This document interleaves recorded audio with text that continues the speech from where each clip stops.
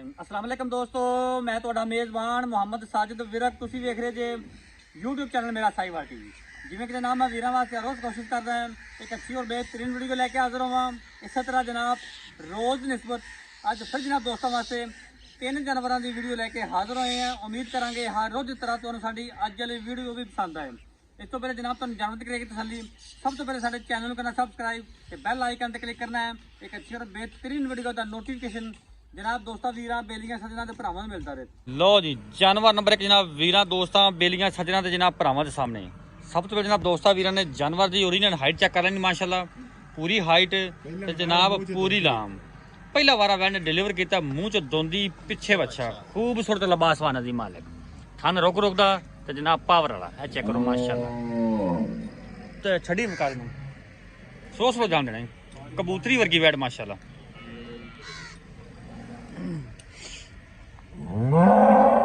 दो जानवरों की वीडियो है, एक दी तुहानूं लाइव चवाई देवांगे, एक दी जनाब सिंपल वीडियो माशाल्लाह जी।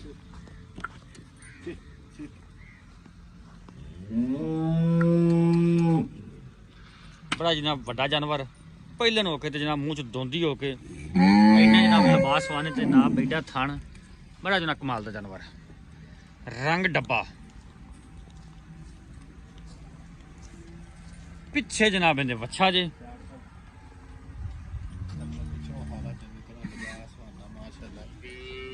चेक करो माशाल्लाह कट वाला बहाना माशाल्लाह ते साफ सुथरा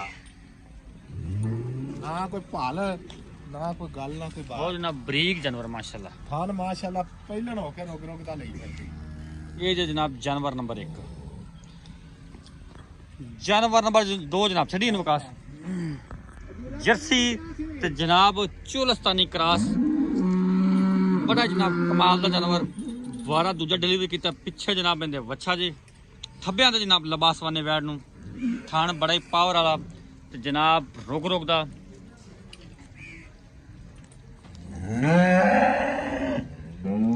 इंदी जनाब तुहानूं लाइव चोई देने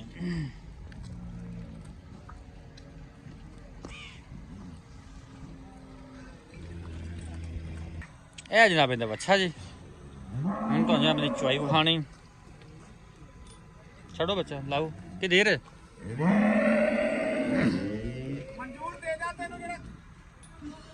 माशाल्लाह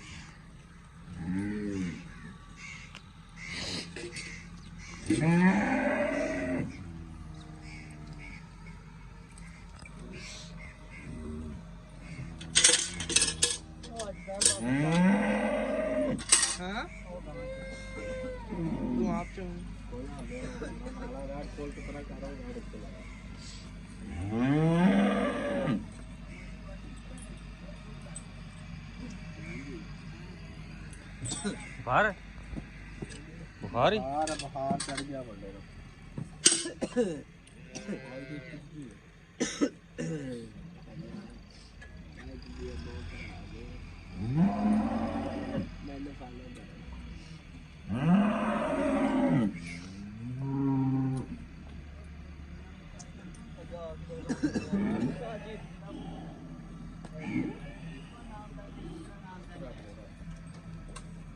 मारो तार जी सिंगल सिंगल परले हथ मार तार ठीक है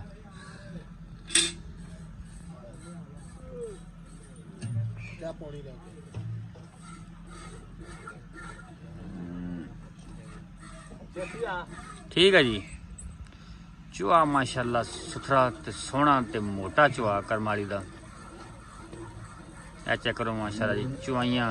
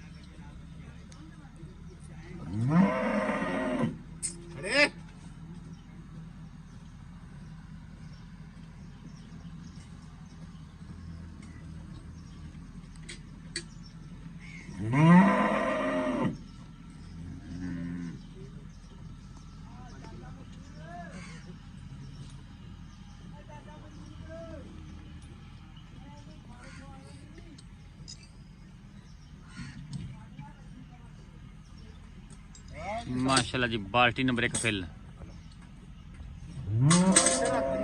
पास बच्चे भाई ना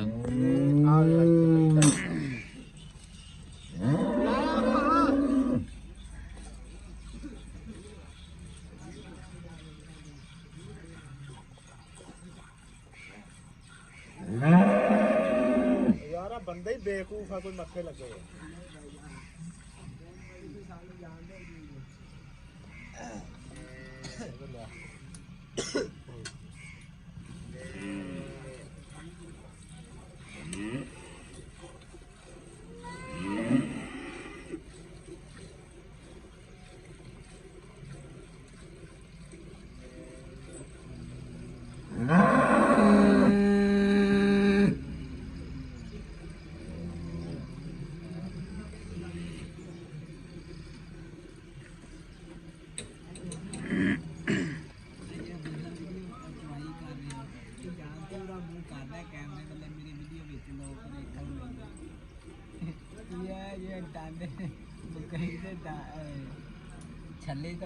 यार आ चक के हो तक ही ना थोड़ा कर खिया नजर नहीं आती बाल्टी से जाओ पिछले पासे कर दे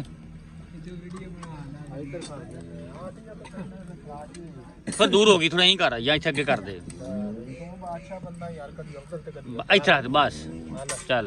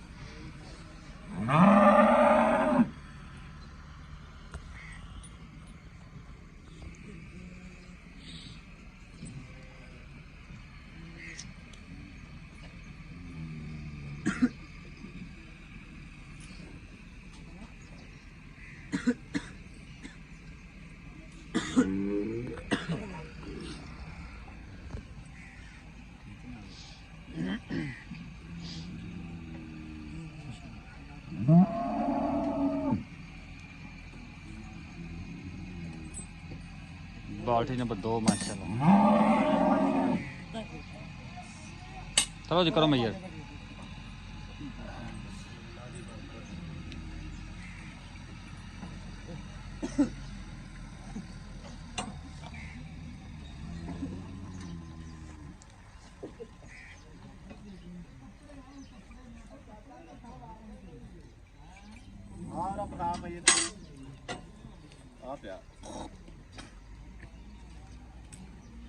बिस्मिल्लाह दी बरकत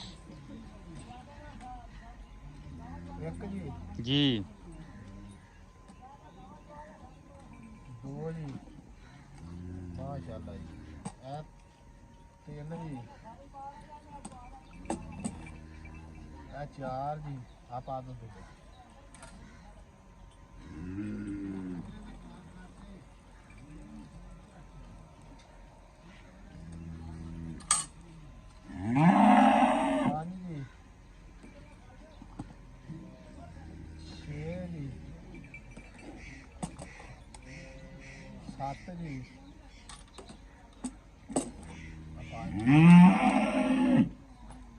पादे दो तीन दिन थले पा दी पादे पादे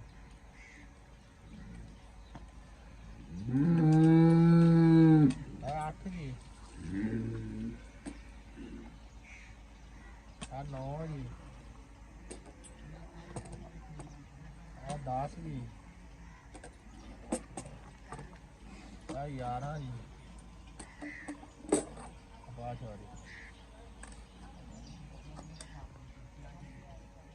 बस बस बस